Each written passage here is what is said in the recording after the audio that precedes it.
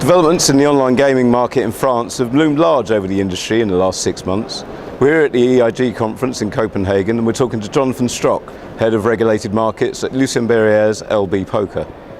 Land-based casinos in France have faced a torrid time in the last couple of years with the introduction of smoking bans and recently the introduction of a regulated online market. How has Lucien Barriere fared over this time? We have had a very difficult time over the last 3 to 4 years.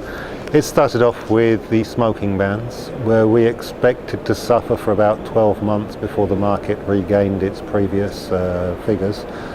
It never happened. We lost overnight around 20% of our gross revenues, and these revenues have never come back to us. At the same time, more or less, we started losing customers to online sites. Now, if there's a correlation between the smoking bans and the online sites, I'd probably reply yes, there is. People who like to gamble often like to smoke.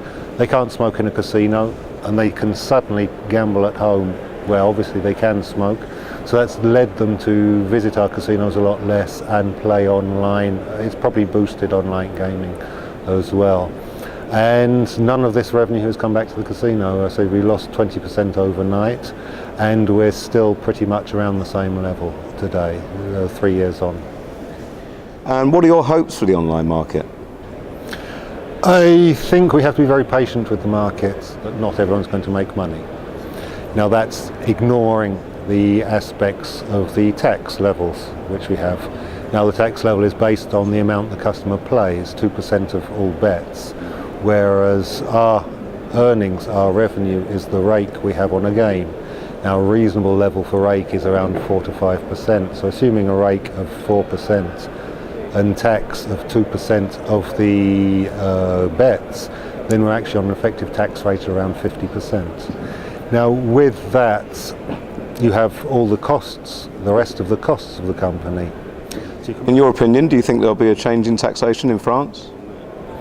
This was promised in the initial law. In fact, it's part of the initial law that there is a clause to look at the laws again within an 18-month time frame, the whole of the laws.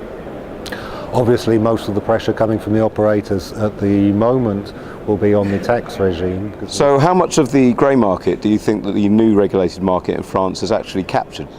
We have no reliable figures on that. I would assume, looking at all the companies that have pulled out or who refuse to accept customers from France now, which is a great majority of those who don't have licenses in France, I would assume that the legal market is probably around the 66 to 75% of the whole. How do you think that the rise of regulated online markets across Europe will affect the land-based casino sector?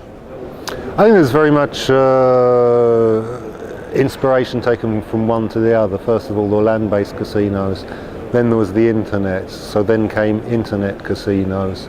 I think the two markets today are, although the operators in each segment are very different, the end customer is the same, but the two approaches are very, very different. Land-based casinos have a lot of regulation to adhere to, very compliance-minded when they go about things. The online sector is extremely innovative and fast-moving.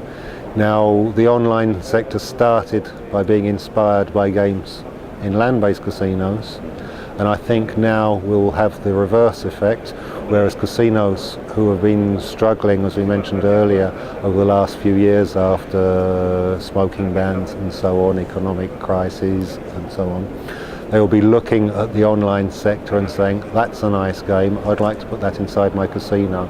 We've seen the tremendous amount of innovation that's come from the online sector. I would be very, very surprised if over the next couple of years a lot of that was not re-implanted back into land-based casinos. Finally, Johnathan, Lucien Barriere was recently in the news after it abruptly cancelled its IPO. Do you think that the rise of a buoyant online market in France might help the company finally achieve its ambitions of listing? No comment.